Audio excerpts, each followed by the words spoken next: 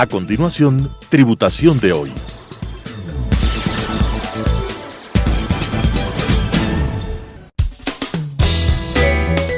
Clasificación A. Apto para todo público.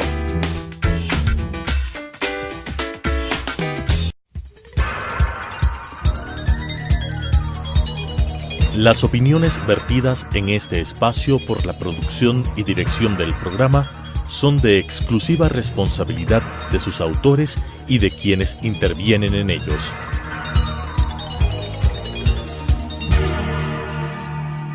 Telesucesos Canal 29 UHF presenta Tributación de hoy, un programa destinado para los ciudadanos en su entorno fiscal para el Ecuador, con la conducción de la doctora Cristina Trujillo. Tributación de hoy. Tributación de hoy, un programa diferente donde abordaremos temas relacionados con el ámbito tributario, financiero, contable, laboral. Sobre todo tendremos la importante presencia de entrevistados que nos ayudarán a comprender nuestro marco regulatorio vigente en nuestro país. El día de hoy tengo la grata oportunidad de encontrarme con un experto en el ámbito tributario, instructor a nivel local e internacional y es parte del staff de consultores de la compañía SCT Global, Sebastián Jaramillo. Estimado Sebastián, qué gusto tenerte el día de hoy en nuestro programa. Me da sobre todo una grata satisfacción contar contigo por tus explicaciones didácticas. Sobre todo he tenido la oportunidad de escucharte en tus clases en temas de gran importancia. El tema del día de hoy que queremos abordar contigo es toda esa información que los contribuyentes, los sujetos pasivos, tenemos que presentar al Servicio de Rentas Internas y que a veces no sabemos. Nosotros como sujetos pasivos tenemos que proporcionar información, lógicamente con el objetivo de que el Servicio de Rentas Internas pueda hacer su control tributario, esos cruces informáticos tan importantes. Quiero comenzar y que me cuentes de una manera general cuáles son estos sistemas de información que se tiene que entregar, la información gerencial que debemos hacer los contribuyentes para estar en armonía con el cumplimiento de nuestras obligaciones con este organismo de control tan importante que es el Servicio de Rentas Internas. De antemano agradeciéndole la invitación por esto. Es importante ver varios temas tributarios, financieros, y es importante que nosotros conozcamos el cómo se va desenvolviendo esto. Una de las principales partes es lo que es los sistemas de información gerencial. Así como nosotros, como contribuyentes, tenemos sistemas de información, llamémosle un Excel, donde alimentemos de información, llevemos nuestros ingresos, nuestros egresos. Cuando hablamos de compañías, también tenemos sistemas de información, sistemas contables que me ayudan a la toma de decisiones, ¿sí? Entonces es relevante que nosotros alimentemos esto y lo podamos manejar de una adecuada manera. Por otra parte, las autoridades de control también tienen sistemas de información donde procesan la información y donde proceden al control a cada uno de los contribuyentes. ¿Cuál es la parte, llamémosle relevante? Que nosotros debemos presentarlo de una manera consistente. Correcto. ¿A qué nos referimos con esto? Antes de enviar la información debemos cruzarla. Que esté bien cruzado, ejemplo, formularios, anexos, y que esté cruzado con nuestra contabilidad. Tú acabas de decir algo muy importante. Nosotros, dentro del ámbito empresarial, de las personas naturales, tenemos que alimentar nuestra información, sea en un reporte de ingresos y egresos o en la contabilidad, para la toma de decisiones y sobre todo para saber cuál es nuestra posición económica y financiera real.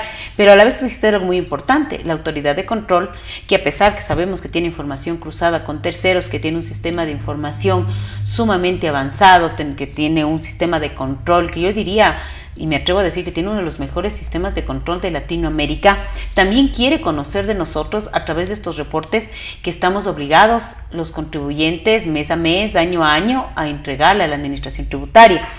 Dentro de manera general, ¿cuáles son los principales reportes informáticos, que me digas los nombres, de los sujetos pasivos debemos de entregar a la administración tributaria, al Servicio de Rentas Internas? Claro, nosotros tenemos varios tipos de impuestos, entre ellos lo que es el impuesto a la renta, lo que es el impuesto al valor agregado.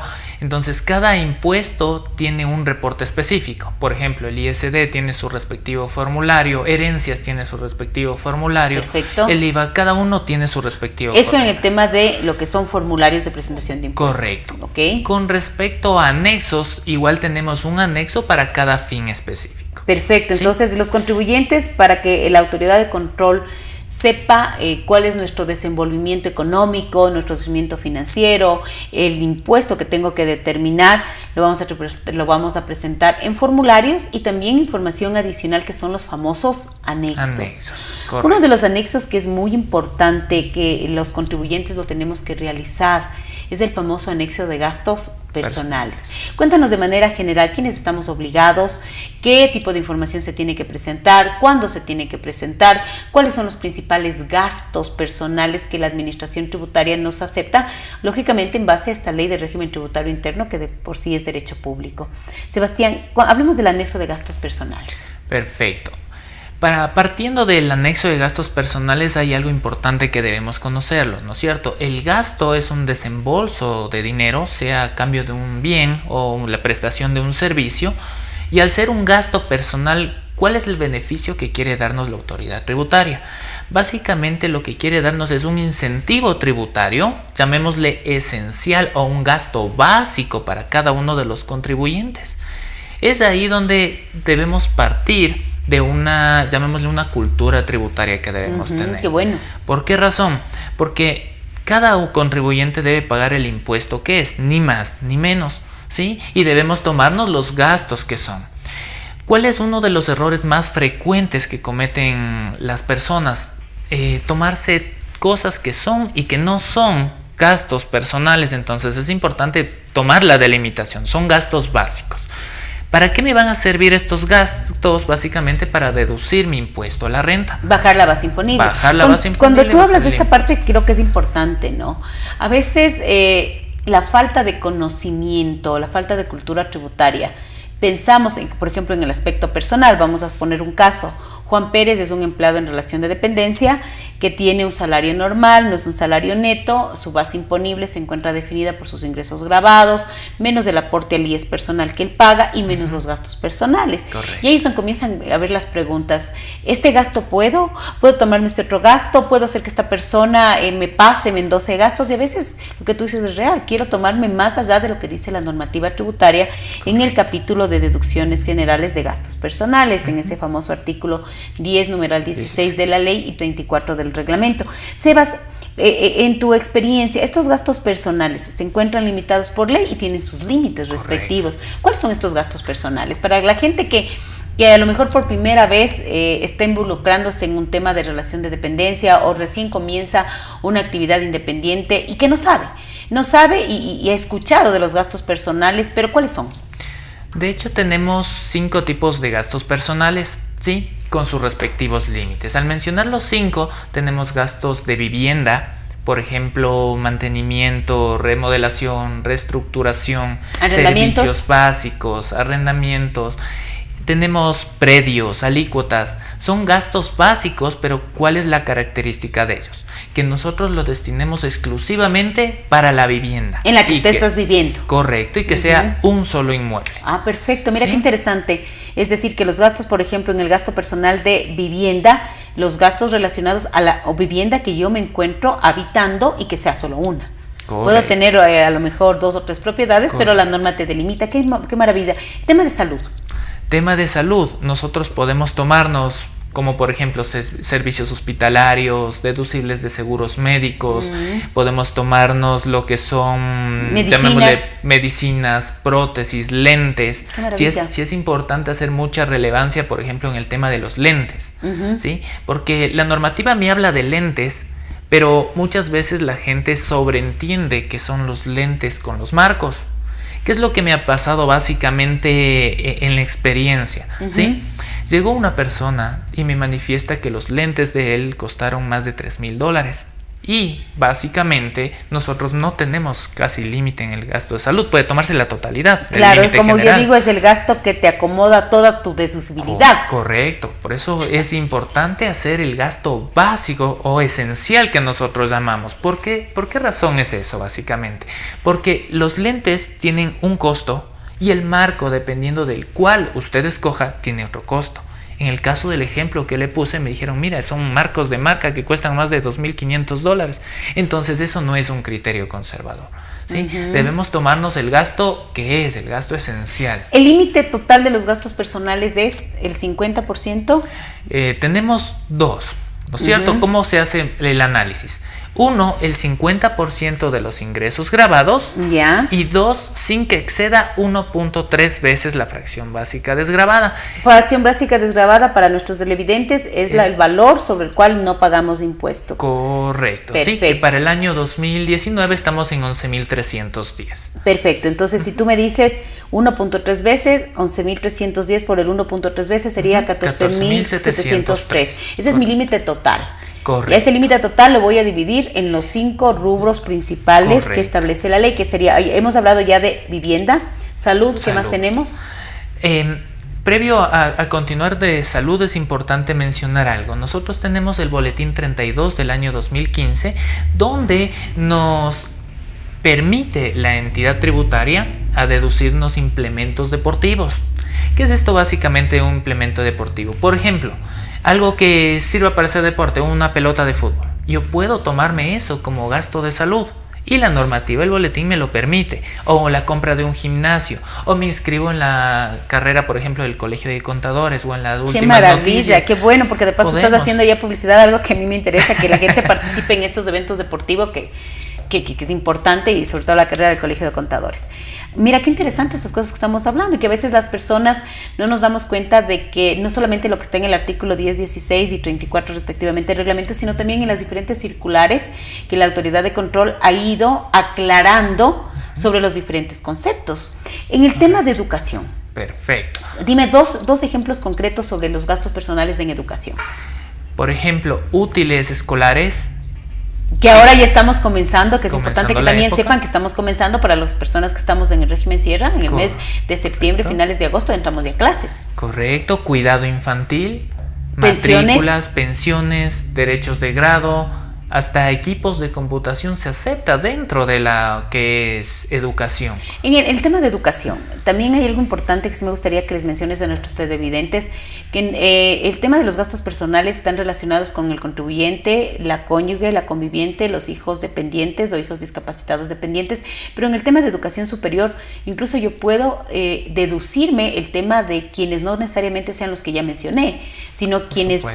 y yo esté dependiendo, o me estén, mejor dicho, ellos dependan de mí en el tema de educación superior, que es el único gasto que tiene esta particularidad, ¿no? Correcto. De hecho, cuando nosotros hablamos de gastos personales, hay la circular 3 del año 2015 que me habla de la unión familiar. ¿Qué es esto? Que los gastos personales, si bien es cierto, son para el contribuyente, pero también pueden extenderse al cónyuge que sea dependiente y a los hijos menores de 18 años dependientes o discapacitados de cualquier edad que sean dependientes. Pero ¿qué es lo que nos dice esta circular? Y eso es lo interesante. Esta circular me hace una unión familiar, es decir, papá, mamá e hijos, ¿sí? Me menciona que cualquier gasto que esté dentro de la unión familiar, independientemente que tenga una persona o la otra ingresos grabados, ¿sí? Cualquier gasto que esté a nombre de la unión familiar puede ser tomado, pero por una sola vez. ¿Qué quiere decir esto? Que si ya se toma papá, mamá ya no puede tomarse. O viceversa, si se toma mamá, papá ya no puede tomarse, ¿sí? ¿Cómo la autoridad de control verifica esto? Como ahora los sistemas de información gerenciales en línea, todo esto ya está en el portal web del SRI. Es decir, si yo como papá ya accedí a tomarme el gasto personal, a mamá le va a salir un error, que ya no puedo porque en mi caso yo me lo he tomado. Correcto, por el tema de unión familiar. También es algo también importante mencionarles que en una de las últimas reformas legales también se incluye a los padres dependientes. Correcto. Que sumadas sus pensiones jubilares no superen un salario básico unificado, que eso también es importante que sepan que se agregó a nuevos dependientes para la deducción de mis gastos personales. Correcto. ¿Esto es correcto, ¿Sí? Sebastián? Sí. Eso es correcto. Qué bueno, qué interesante esto de los gastos personales. ¿En qué fecha tenemos, por ejemplo, los empleados de la relación de dependencia presentar nuestro anexo de gastos personales? Cuéntanos un poquito cómo se realiza esto. Tú hablaste algo en línea, entonces cuéntanos un poco esto. En sí lo debemos presentar nosotros hasta el mes de febrero. ¿De acuerdo? De cada año. ¿Cómo se lo hace? Se lo hace mediante el portal web del Servicio de Rentas Internas y este anexo es en línea. ¿Qué quiere decir? Hay 5 componentes básicos donde nosotros ingresamos llamémosle la información del gasto personal. El primero de ellos es ingresar la información del contribuyente. ¿Qué es lo relevante de esto? que básicamente la autoridad tributaria cruza la información que yo estoy ingresando con el registro civil. Es decir, si ingreso el RUC o la cédula de mi esposa, ellos ya verifican con el registro civil. Y al mismo momento, igual de mis hijos, ya lo van verificando. Incluso para mirar que todo lo que estamos colocando es un tema real. Que sea un tema real. El segundo punto es básicamente las facturas electrónicas.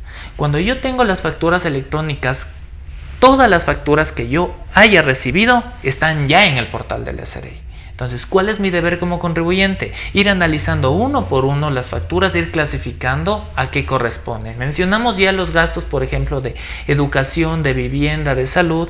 Nos falta alimentación, vestimenta. Cualquiera de ellos yo puedo tomarme y tengo que ir segregándolo. Y ahora también hay arte y cultura en relación a educación. Correcto. Inclusive ya aumentaron dentro de lo que es educación, arte y cultura.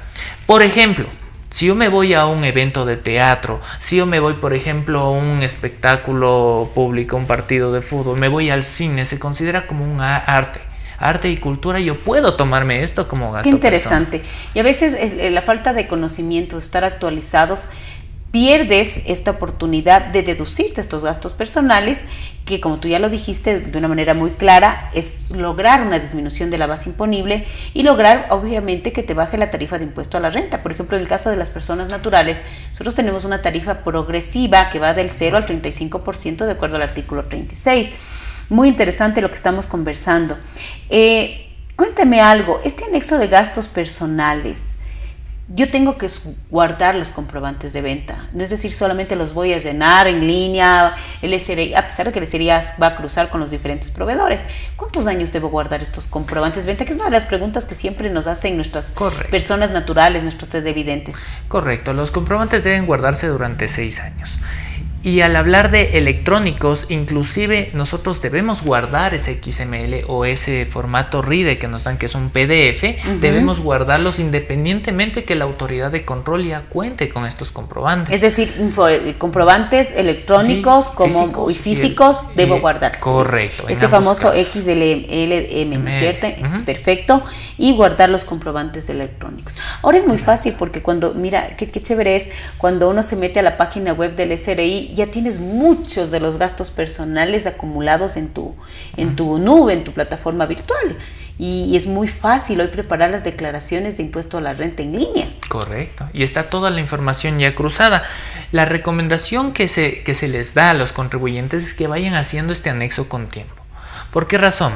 Porque al ser comprobantes electrónicos, hay una gran cantidad de comprobantes. De ejemplo, yo voy al Supermax y tengo un montón de comprobantes, a FIBEC un montón, y guardar esto para fin de año y recién empezar a clasificarlo es bastante trabajo. Entonces podemos hacerlo de manera mensual, irlo guardando parcialmente para el fin del año, usted ya tiene su información. Y de cierta manera incluso te ayuda a reliquidar correctamente tus impuestos. Correcto. Porque como tú dijiste algo muy, pero muy fundamental, el objetivo es pagar lo que corresponde, ni más ni menos, porque si pagas más, seguramente puedes tener un pago indebido, un pago en exceso, y si pagas menos, vas a tener un problema con la autoridad de control. Esto es importante mirar. Hemos hablado de los gastos personales, es un tema muy importante, hay una base jurídica muy clara que es el artículo 10.16 de la ley, el artículo 34 del reglamento y todas las circulares que han venido generando las aclaraciones sobre cada uno de los conceptos, cosas importantes nuevas que la gente tiene que mirar, bueno, pues están vigentes quizás de hace 2 años, el tema de padres dependientes, de enfermedades catastróficas también, o enfermedades huérfanas que tú puedes deducir 2 fracciones básicas, desgravadas de impuesto a la renta por todo el tema de tus gastos, que también es importante que la gente sepa, el tema de arte y cultura, también el tema de que salió recién una última circular donde te aclaran cuáles son los servicios en gastos personales en arte y cultura que van a estar sujetos a esta normativa, que es también importante. Hablemos de otro anexo que también debemos realizar, que es el famoso REDEV. Este es un anexo que lo realizan las sociedades por sus empleados en relación de dependencia. Hablemos de manera general. ¿Quiénes están obligados a declarar este REDEV? Perfecto. El REDEV, antes de ir a quiénes deben declararlo, es importante hacer una clasificación. Cuando hablamos del impuesto a la renta, el impuesto a la renta tributan tanto personas naturales como personas jurídicas. Personas jurídicas lo tributan a través de su formulario 101, que ahora se conoce como el impuesto a la renta formulario sociedades, y las personas naturales se dividen en 2. Uno, las que tienen libre ejercicio profesional, es decir, tienen un RUP y ejercen una profesión, ¿sí? Ellos lo declaran mediante el formulario de personas naturales impuesto a la renta. Y la otra sección es los que están bajo relación de dependencia. Y ahí es cuando viene el RDEP. ¿Cuál es el objetivo del RDEP? Calcular el impuesto a la renta de todo este segmento, es decir, de todas las personas que trabajan bajo relación de dependencia. Perfecto. Ahora, yendo a este objetivo, ¿quiénes están obligados? Todas las personas naturales, todas las sociedades y cualquiera que fuera agente de retención que tenga empleados bajo relación de dependencia. Entendiéndose que empleado en relación de dependencia es aquel que tiene un contrato universal de trabajo y sus relaciones entre patrono y empleado se rigen por el Código del Trabajo. El Código de Trabajo, correcto. Entonces, esos son los que están obligados a declarar. Ahora, ¿en qué consiste? ¿Qué va a hacer el patrono? El patrono tiene los ingresos del empleado, la aportación personal del empleado y que le solicita a cada empleado su proyección de gastos personales. ¿Qué quiere decir? Que el 1 de enero de cada año el empleado le entrega al patrono esa proyección para que el patrono haga el cálculo y verifique si tal empleado pasa la base imponible para pagar el impuesto a la renta. Si es así, ¿qué tiene la obligación el empleador? Básicamente de retener ese impuesto de manera mensual a lo largo del tiempo. Y esta retención lo reporta en su formulario 103. Normalmente como una operación sujeta a retención en la fuente. Correcto, de esa manera. Ahora, ¿qué es lo que pasa básicamente? Por eso hablábamos mucho al inicio de los sistemas de información gerencial, porque yo como compañía tengo la obligación de ¿qué? De retener el impuesto, de declararlo, pero a su vez al final del año yo tengo la obligación de hacer un formulario 107 y estas bases del 103, del 107 tienen que estar cruzadas. Entonces son cruces de información que me hace la autoridad de control y que nosotros como contribuyentes debemos de estar al tanto. ¿Cuál es la recomendación? Para las empresas, cruzar la información y para los empleados, emitir la proyección de gastos personales real. ¿Sí? ¿Por qué razón? Hay muchas veces que la persona, el empleado, tiende a aumentar más de lo que tiende a gastar. Y ese es un error muy común en la sociedad. Por eso hablamos de una cultura tributaria. Y es algo que realmente se mira, ¿no? El tratar de que tu flujo de caja mensual sea más grande, correcto, pero cuando ya te toca liquidar el impuesto, no tengo los comprobantes. Correcto. Igual vas a tener que reliquidar el impuesto real, el que te corresponde. Correcto, justo a eso íbamos. Porque si yo hago eso, básicamente no voy a tener una retención, pero sí va a tener que reliquidar el impuesto. Recordemos que en el artículo 42 de la ley 82 del reglamento me dice que yo, así esté en base a relación de dependencia y yo tengo valores a reliquidar, tengo que presentar mi formulario de impuesto a la renta a personas naturales. Es decir, va a ser doble trabajo para la persona. ¿Por qué? Porque tiene por una parte el 107 y como tengo valores a reliquidar me toca hacer un nuevo formulario. ¿Sí? Entonces, sí es importante colocar los gastos que son, como decíamos. Es una buena recomendación. Es una muy buena recomendación. Otros tipos de anexos, porque ya el tiempo, mira que cuando las entrevistas son muy productivas y de temas que son sencillos, pero a la vez son muy interesantes, tenemos el famoso anexo transaccional que sigue vigente. Correcto. Tenemos también el anexo de la declaración patrimonial. Estoy poniendo los principales que nuestros televidentes conocen. Y mencióneme a lo mejor otro anexo de los que no hemos mencionado ahorita en este momento. Claro, el de aportes de socios y accionistas, ya, que básicamente lo que se busca es llegar al dueño de la compañía, sí, al beneficiario efectivo. Al beneficiario efectivo. Es sumamente importante porque inclusive si yo no lo presento este anexo hasta el mes de febrero, yo pago una tarifa de impuesto a la renta aumentado 3 puntos porcentuales. Correcto, esto es importante. Yo pienso que es uno de los anexos fundamentales, sobre todo porque es importante que la autoridad de control conozca quiénes son tus accionistas hasta la última persona natural en tu cadena accionaria. Correcto. La falta de esto, incluso esto está claramente, incluso también por el tema de dividendos, y de tarifa en artículo 9 de la ley y artículo 37 en tarifas, que el no informar hace que un dividendo exento pueda volverse grabado y una tarifa de impuesto a la renta, lo que tú acabas de decir. Correcto. Sebastián, qué interesante el día de hoy haber compartido contigo un tema tan importante que es la entrega de información informática al SRI. Quisiera que te despidas de nuestros televidentes con un mensaje.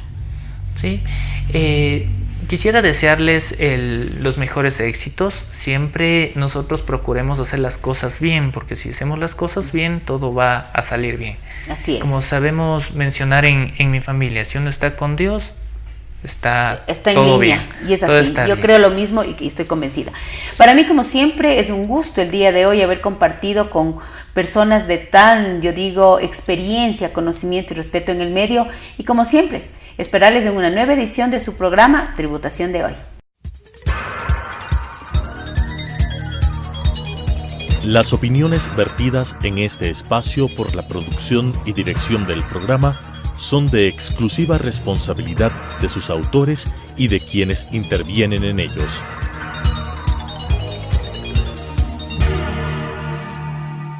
Telesucesos Canal 29 UHF presentó Tributación de Hoy, un programa destinado para los ciudadanos en su entorno fiscal para el Ecuador, con la conducción de la doctora Cristina Trujillo. Tributación de Hoy.